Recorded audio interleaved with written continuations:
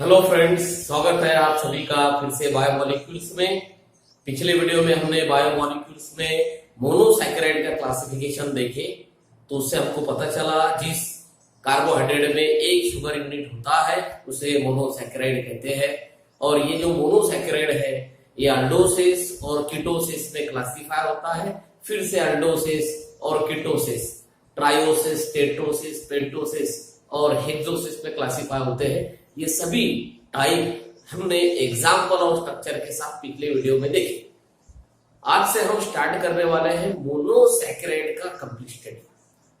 अब इस मोनोसैकेराइड की स्टडी में हमें ग्लूकोज, फ्रुक्टोज, ये जो एग्जाम्पल है मोनोसैकेराइड के, उनका स्टडी करना है।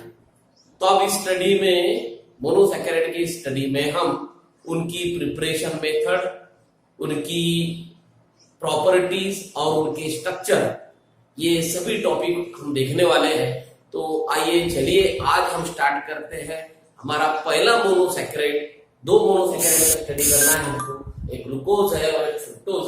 तो उसमें आज ग्लूकोज का स्टडी हम करेंगे। तो ग्लूकोज कौन है? तो आपको पता है ग्लूकोज एक मोनोसैकेराइड है। ग्लूकोज क्या है? ग्लूकोज मोनोसैकेराइड शुगर है, कार्बोहाइड्रेट। मोनोसैकेराइड का मतलब जिसमें एक सिंगल शुगर यूनिट होता है और जिसका हाइड्रोलिसिस नहीं होता, क्योंकि उसी में वही सिंपलर यूनिट होता है। अब सिंपलर यूनिट हाइड्रोलिसिस के बाद में फिर से किसी सिंपलर यूनिट में कन्वर्ट नहीं होगा, तो इस टाइप का कार्बोहाइड्रेट मोनोसैकेराइड, ग्लूकोज मोनोसैकेराइड। तो ग्लूकोज का फॉर्मूला जो है मॉलिक्यूलर C6H12O6 है। ग्लूकोज का मॉलिक्यूलर फॉर्मूला C6H12O6। फ्रुक्टोज का भी वही है, C6H12O6, मगर दोनों में डिफरेंस क्या है तो आपने पिछले वीडियो में देखे स्ट्रक्चर में। ग्लूकोज ये अल्डोहेक्सोसिस है और फ्रुक्टोज कीटोहेक्सोसिस। फॉर्मूला से सिर्फ वो फंक्शनल ग्रुप में डिफर करते हैं। ग्लूकोज में एल्डिहाइड फंक्शनल ग्रुप है और फ्रुक्टोज में कीटोन फंक्शनल ग्रुप है। तो C6H12O6 ये ग्लूकोज का मॉलिक्यूलर फॉर्मूला। अब हम इसमें स्टडी करेंगे ग्लूकोज का प्रिपरेशन मेथड्स। ग्लूकोज को किस तरह से प्रिपेयर किया जाता है, प्रिपरेशन मेथड्स।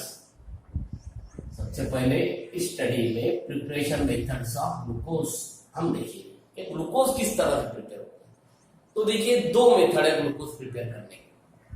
एक लेबोरेटरी मेथड, अगर स्मॉल स्केल पर प्रिपेयर करना है तो लेबोरेटरी मेथड का इस्तेमाल, और अगर लार्ज स्केल पर बहुत ज्यादा चाहिए आपको ग्लूकोज, लार्ज स्केल पर प्रिपेयर करना है, तो फिर इंडस्ट्रियल मेथड का इस्तेमाल करना होगा।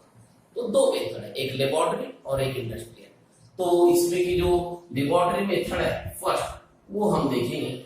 तो लेबोरेटरी मेथड में ये जो ग्लूकोज है वो प्रिपेयर होता है सुक्रोज से। मतलब मेथड का नाम प्रिपरेशन ऑफ ग्लूकोज। ग्लूकोज को प्रिपेयर करना है लेबोरेटरी मेथड में। किससे प्रिपेयर होता है? From sucrose.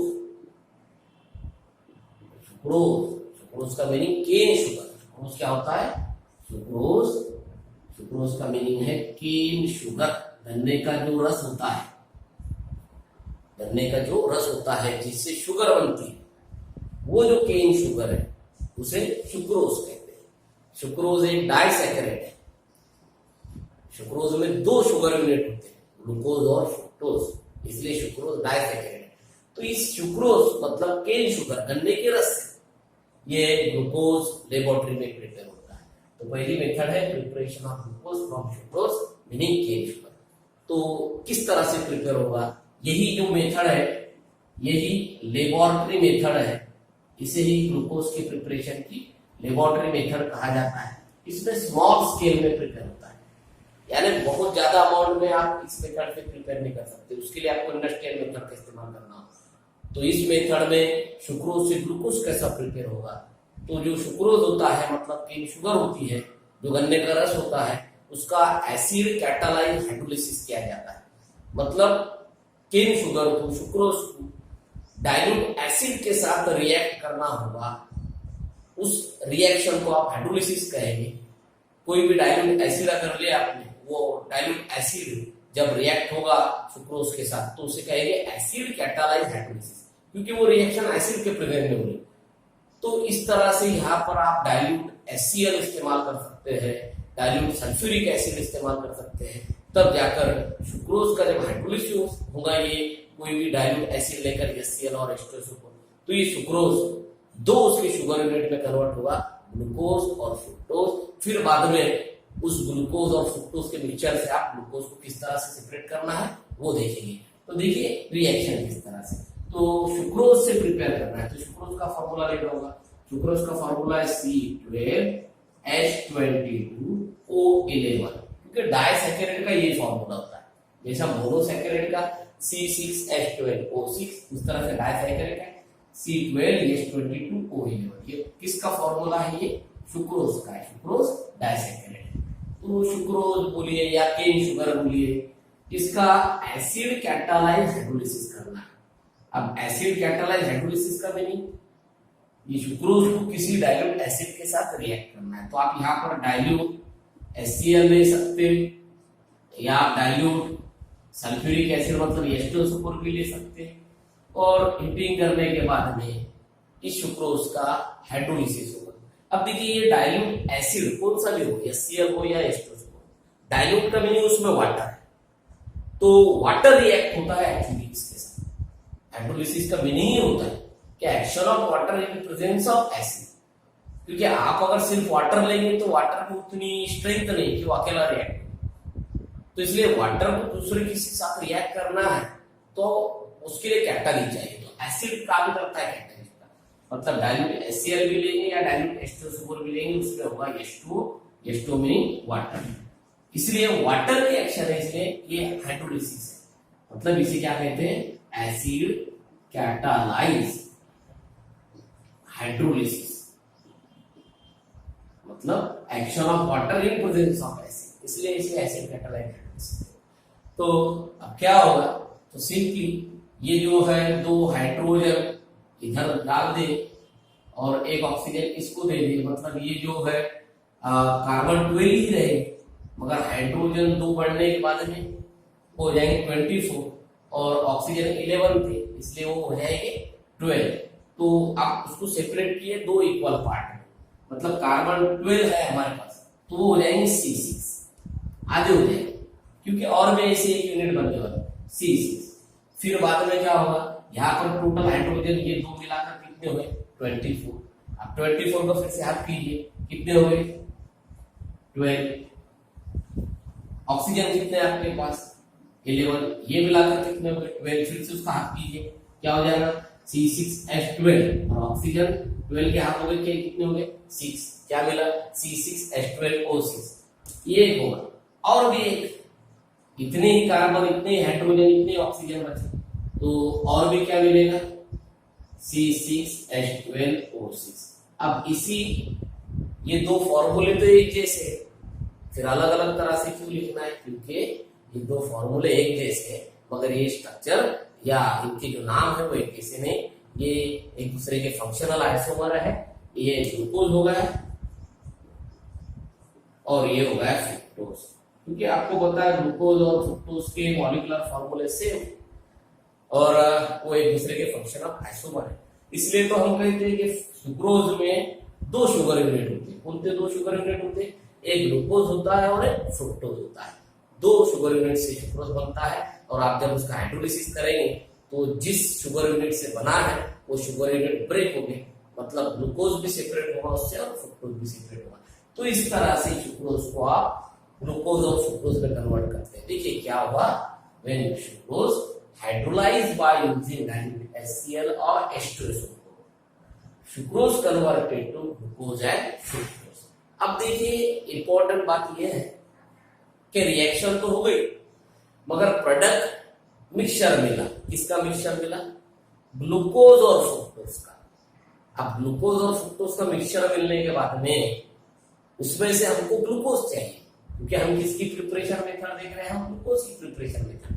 फिर ग्लूकोज के प्रिपरेशन मेथड में वो मिक्सचर में ग्लूकोज किसके साथ? फ्रुक्टोज के साथ। फिर आप मिक्सचर से ग्लूकोज को फ्रुक्टोज से सेपरेट करना होगा, तो फिर यहाँ पर एक सिंपल मेथड है।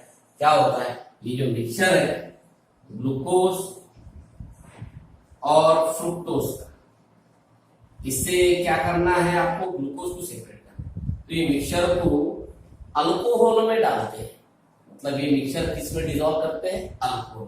कौन से अल्कोहल में, इथिल अल्कोहल, मतलब इथेनॉल। अब देखिए इथेनॉल में ये मिक्सचर डालने के बाद, ग्लूकोज और फ्रुक्टोज का मिक्सचर इथिल अल्कोहल इथेनॉल में डालने के बाद, ये जो ग्लूकोज है ये इथेनॉल में कंप्लीटली इनसोल्यूबल है।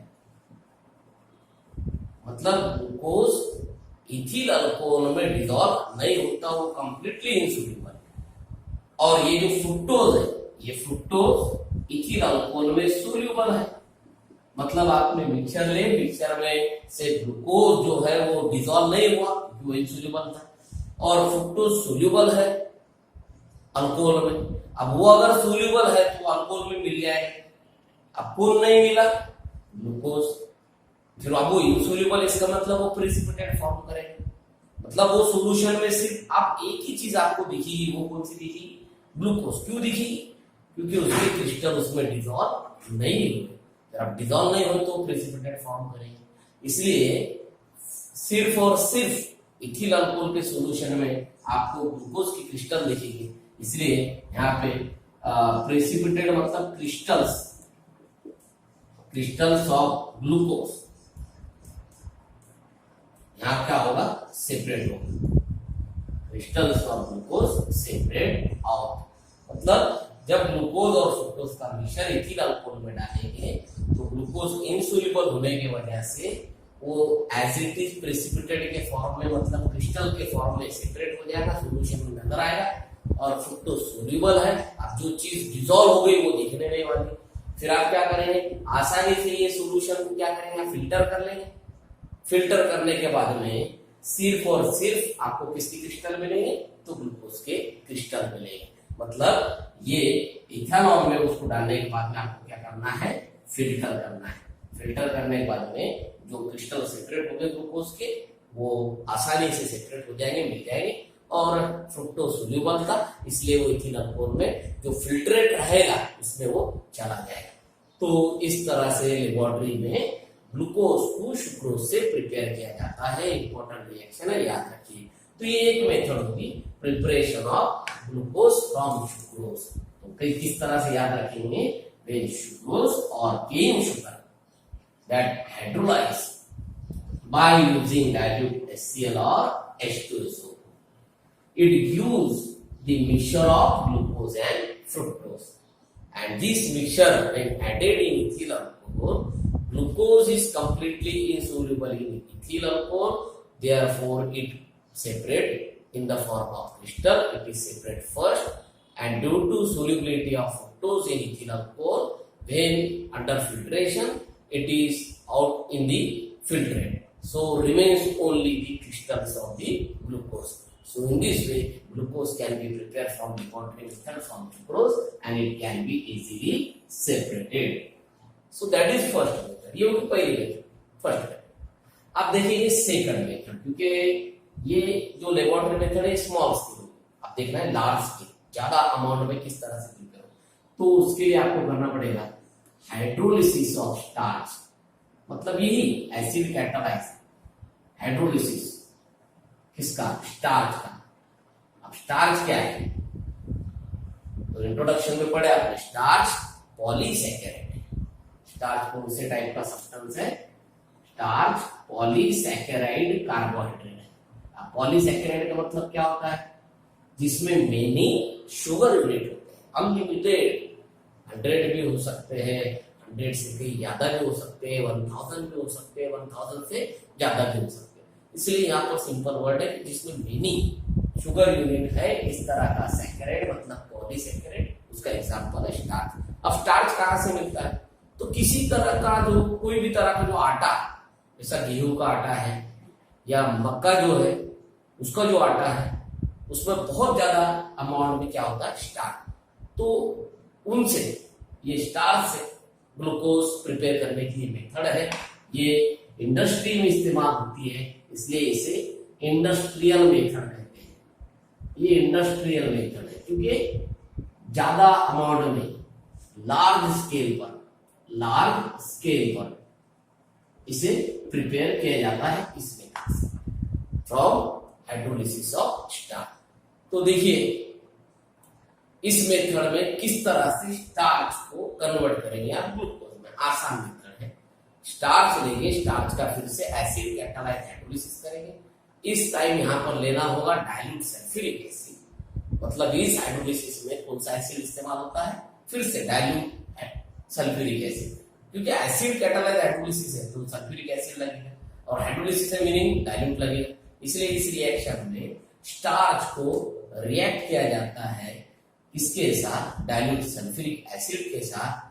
टेम्परेचर है 393 केल्विन, और यहाँ पर प्रेशर भी लगता है 2 to 3 एटमॉस्फेरिक प्रेशर में ये रिएक्शन कैरी करते हैं, तब जाकर स्टार्च ग्लूकोज में कन्वर्ट होता है।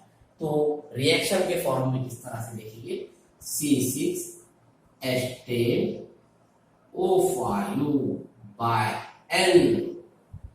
देखिए बाय N का मीनिंग क्या है, C6H10O5 ये स्टार्च का मतलब पॉलीसैकेराइड का एक सिंगल यूनिट होगा, C6H10O5 ये स्टार्च का एक सिंगल यूनिट। अब स्टार्च किस तरह का कार्बोहाइड्रेट है, पॉलीसैकेराइड है। पॉली में कितने शुगर यूनिट होते हैं, ये तो एक ही होगा C6H10O5, ये एक है। पॉलीसैकेराइड में कितने होते हैं, मेनी, इसलिए C6H10O5 के यूनिट कितने हैं पता नहीं, अनलिमिटेड है। इसलिए क्या लिखे, बाय N। ये होगा स्टार्च का एक formula, C6H10O5 by N, starch का फॉर्मूला। अब इसका क्या करना है, हाइड्रोलिसिस, मतलब action of dilute sulphuric acid. Temperature लगता है 393 केल्विन, कितना प्रेशर लगेगा, 2 to 3 एटमॉस्फेरिक प्रेशर पर ये रिएक्शन हो। अब हाइड्रोलिसिस का मीनिंग है फिर से एक्शन ऑफ वाटर। यहां से डाइल्यूट सल्फ्यूरिक एसिड में वाटर है, उसका वाटर मॉलिक्यूल इधर ऐड होगा, मगर ये कितने शुगर यूनिट है, n नंबर, तो वाटर भी कितने ऐड हो गए, n नंबर, क्योंकि अनलिमिटेड शुगर यूनिट का हाइड्रोलिसिस करना है तो अनलिमिटेड वाटर लगेगी। तो आप देखिए फिर से, ये है एक C6H10O5, बहुत सारे n नंबरों मॉलिक्यूल, फिर n नंबर H2। अब क्या होगा, तो एक यूनिट के लिए आपने अगर देखे तो ये दो हाइड्रोजन यहाँ पर अगर डाल दिए तो ये 10 है, यहाँ के दो हाइड्रोजन के तो 12 हो जाएंगे, और ये 5 है, एक ऑक्सीजन डाल देंगे तो ये क्या हो जाएगा 6। तो कार्बन उतने रहे C6, हाइड्रोजन 10 थे, कितने ऐड हुए 2, क्या होगा C6H12, ऑक्सीजन कितने थे 5, एक ऐड होगा, कितने हो गए 6, C6H12O6। मगर कितने यूनिट के लिए हुआ, तो ये नंबर यूनिट के लिए हुआ, कितने वाटर ऐड हुए, n नंबर वाटर ऐड हुए, इसलिए ये भी कितने प्रोड्यूस हो गए ग्लूकोज के molecule, n number of glucose molecule. इसलिए यहाँ पर n number of, unlimited number of glucose molecule मिल रहे हैं। इसलिए ये जो है इंडस्ट्रियल मेथड है, क्योंकि बहुत ज्यादा ग्लूकोज मॉलिक्यूल मिलते हैं, तो इसलिए लार्ज स्केल में यहाँ पर प्रिपेयर होता है। तो इस तरह से क्या प्रिपेयर हो चुका है ग्लूकोज। ये लेबोरेटरी मेथड से ज्यादा ग्लूकोज देने वाली मेथड, इसलिए इसे लार्ज स्केल मेथड कहा, इंडस्ट्रियल मेथड कहा। तो याद रखिए, how to prepare glucose from starch, तो क्या कहेंगे, from hydrolysis of starch by dilute sulphuric acid, this method is industrial method. So how to convert starch into glucose, तो क्या कहेंगे, when starch hydrolyzed by using dilute sulfuric acid at the temperature 393 Kelvin under the 2 to 3 atmospheric pressure, it gives n number of glucose molecule। अब सिर्फ glucose ही यहाँ अगर मिला है तो फिर आप इसको सेपरेट करने में कोई डिफिकल्टी नहीं, क्योंकि सिर्फ और सिर्फ कौन है, ग्लूकोज है। सिर्फ उसको क्या किया जाता है, प्यूरिफाई किया जाता है। प्यूरिफाई करने के बाद में उसमें की जो इम्प्योरिटी है वो सेपरेट होती है, और सिर्फ ग्लूकोज के क्रिस्टल मिलते हैं। मतलब आप इस ग्लूकोज को क्या करेंगे, आप इसका प्यूरिफिकेशन, क्या करेंगे, उसका प्यूरिफिकेशन। आप प्यूरिफिकेशन करना है तो फिर से इसको डालेंगे आप अल्कोहल में, जैसे कि इथेनॉल में। मतलब ये जो ग्लूकोज है इसको डालेंगे इथेनॉल, इसलिए प्यूरिफिकेशन।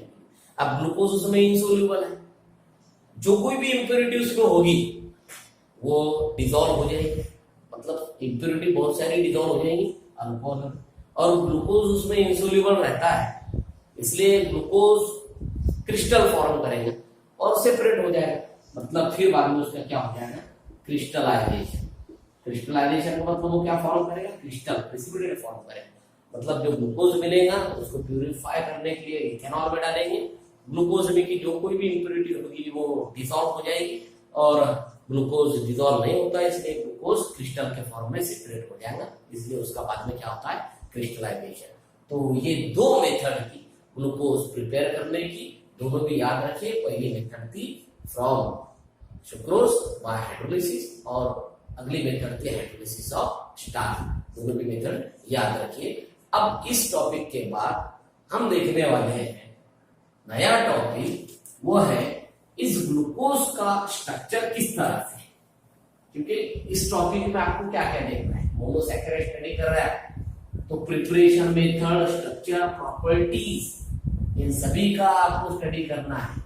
तो ग्लूकोज का स्ट्रक्चर हमने पिछले वीडियो में देखे, ग्लूकोज का एक ओपन चेन स्ट्रक्चर है, वो किस तरह से होता है, उसमें CHO ग्रुप होता है, CHO इस तरह से लिखा जाता है, C डबल बॉन्ड OH, ये फर्स्ट कार्बन होता है उसका, बाद में सेकंड जो कार्बन है, सेकंड कार्बन को राइट साइड को OH है और लेफ्ट साइड को हाइड्रोजन ही होगा सेकंड कार्बन, क्योंकि है ये हम डी फॉर्म में देख रहे हैं, डी कॉन्फ़िगरेशन जो है, डी नोटेशन हमने कहा दो प्रकार के नोटेशन होते हैं, डी और एल, हमने डी कॉन्फ़िगरेशन दी, और फिर बाद में थर्ड कार्बन में चेंजेस होते हैं, हाइड्रोजन इधर होता है, OH इधर होता है, ये होगा थर्ड कार्बन। फिर होता है फोर्थ कार्बन, फोर्थ में फिर से चेंज हो जाता है कॉन्फ़िगरेशन, OH फिर से इधर आ जाता है फोर्थ, फिफ्थ में भी सेम उसी तरह से होता है, OH H, और 6 नंबर वाला कार्बन हमेशा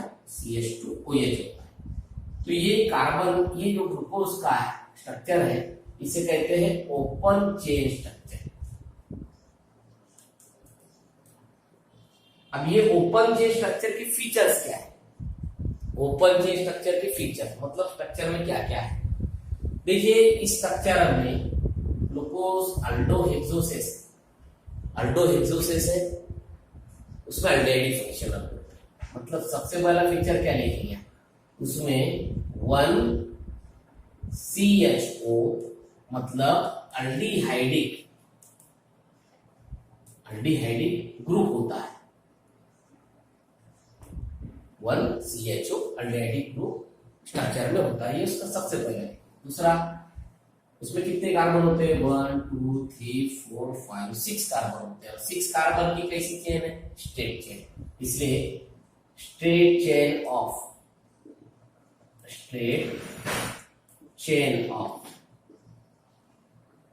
6 कार्बन, इसमें 6 कार्बन की स्ट्रेट चेन होती है, इसीलिए ये स्ट्रक्चर को हमने क्या कहे, open chain structure. Open chain structure क्यों है, क्योंकि एलिफेटिक स्ट्रक्चर किस तरह से होता है, सभी कार्बन एक स्ट्रेट चेन में एक दूसरे को लिंक है, इसलिए ये ओपन चेन स्ट्रक्चर है। फिर से इसमें कितने OH, 1 2 3 4 5, मतलब इस स्ट्रक्चर में 5 OH हाइड्रोक्सिल ग्रुप होते हैं, इसलिए 5 हाइड्रोक्सिल ग्रुप। स्ट्रक्चर का और भी क्या है फीचर है, स्ट्रक्चर कंटेन 5 हाइड्रोक्सिल ग्रुप। अब हाइड्रोक्सिल ग्रुप का मतलब कौन से ग्रुप, OH। और क्या है स्ट्रक्चर में, स्ट्रक्चर में CH2OH, CH2OH आपको पता है प्राइमरी अल्कोहल का ग्रुप है, स्ट्रक्चर कंटेन 1 प्राइमरी अल्कोहलिक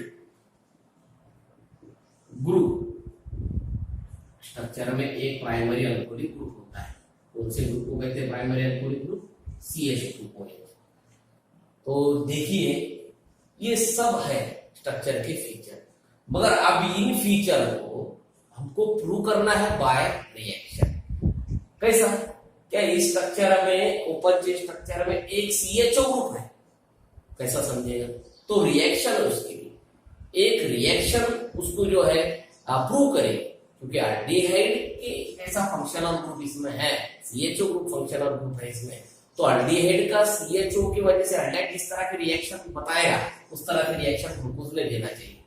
तो अल्डिहाइड की CHO ग्रुप की वजह से होने वाली रिएक्शन अगर ग्लूकोज भी बताता है तो उस पर से क्या कंफर्म होगा कि ग्लूकोज में CHO ग्रुप है। मतलब ये आप सभी को ये जो पॉइंट्स है ये प्रूव करना होगा रिएक्शन के फॉर्म में, तब जाकर ये प्रूव होगा कि हाँ ग्लूकोज का स्ट्रक्चर किस तरह से, ओपन चेन स्ट्रक्चर। तो आपको रिएक्शन लेना होगी सबसे पहले CHO ग्रुप को एक्सप्लेन करने के लिए कि CHO ग्रुप इसमें है।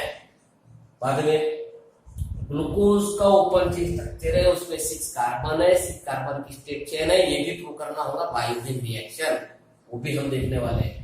बाद में ग्लूकोज में 5 OH ग्रुप होते हैं, हाइड्रोक्सिल ग्रुप होते हैं, किस तरह से आप बोलेंगे उसके लिए भी एक रिएक्शन है। मतलब वो रिएक्शन लेना है, वो अगर रिएक्शन होती है प्रोडक्ट फॉर्म होता है तो इससे कंफर्म होगा कि हाँ ग्लूकोज में कितने OH है, 5। मतलब ये जितने भी आपने पॉइंट लिखे ये पॉइंट आपको बाय यूजिंग रिएक्शन प्रूव करना है। उसे क्या कहेंगे आप, open chain structure of glucose को प्रूव करने वाली रिएक्शंस। और यही ग्लूकोज के क्या होगा, प्रॉपर्टीज। ग्लूकोज में क्या होता है, प्राइमरी अल्कोहलिक ग्रुप CH2OH, जिस तरह से प्राइमरी अल्कोहल की कोई रिएक्शन होती हुई CH2OH की वजह से, उसी तरह से रिएक्शन किसने बताना चाहिए, ग्लूकोज में, तभी जाकर उसमें प्राइमरी अल्कोहलिक ग्रुप है ये साबित होगा। मगर ये जितने भी पॉइंट आपने लिखे फीचर है ये सभी पॉइंट को आपको एक्सप्लेन करना है बाय यूजिंग रिएक्शन। मतलब कौन सा टॉपिक रहेगा, explain open chain structure of glucose by using reaction, ये टॉपिक रहेगा। मतलब यही जो रिएक्शन है यही ग्लूकोज का क्या है, प्रॉपर्टीज।